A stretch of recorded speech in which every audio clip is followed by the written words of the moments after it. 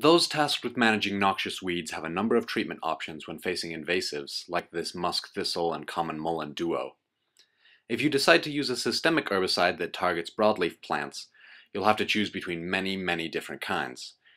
If you choose an herbicide based on how cool its name is, you could go with an ALS inhibitor, like Sedgehammer, or a PPO inhibitor, like Ultrablazer, or a synthetic auxin like Gunslinger. You could weigh the benefits of how fast each start to work, toxicity, ease of mixing, number and kind of weeds affected, or you could simply hit them with a shovel. Sometimes the most effective way to take care of a weed problem is to use physical force. That's the subject of this video, the basics of chopping weeds. But are there any weeds that you shouldn't chop? Will the weeds grow back if you don't use a herbicide or if you don't get all of the root? What are some best practices for chopping weeds? When are you better off using a herbicide? Chopping seems pretty straightforward, but it's possible to make a weed problem worse by doing it improperly. For example, one year at a weed pulling competition, the award winner actually got the heaviest bag by pulling Canada thistle from their yard.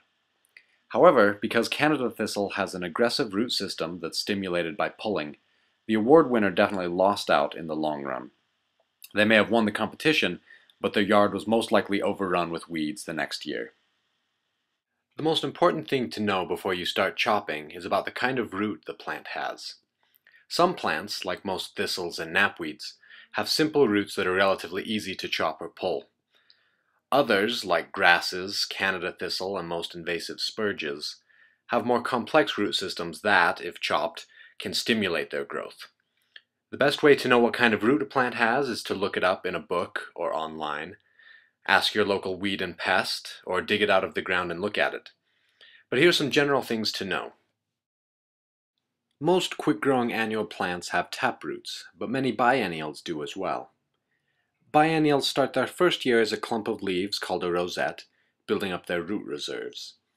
During their second year, the root is big enough to shoot up a main flowering stalk.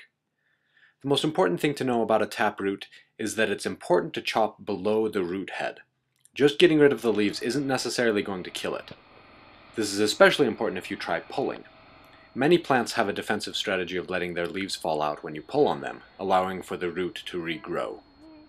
Instead, chop below the soil to ensure the invasive doesn't come back. Hardy, perennial plants often have more complex roots. Stolons are easy to recognize. They're above-ground modified stems that can spread and send down new roots, like on strawberries. Rhizomes similarly spread perpendicular to gravity, although they are underground and part of the main stem. These, as well as fibrous roots, like grasses, are not a good idea to chop. For example, if you chop a rhizomatous root in half, each piece can become its own plant, essentially doubling your problem. If you're absolutely confident you can get all or the majority of these kinds of roots, shovel work might be an option. Otherwise, it's probably best to find other treatment alternatives. Once you've identified the kinds of plants you want to chop, you need to decide if it's worth the effort it will take.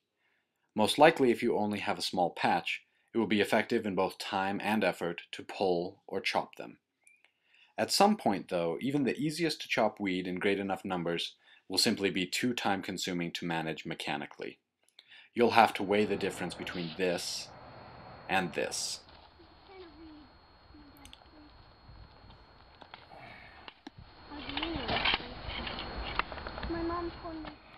While there isn't any one best chopping method, although I am partial to the stick and kick, there are a few best practices.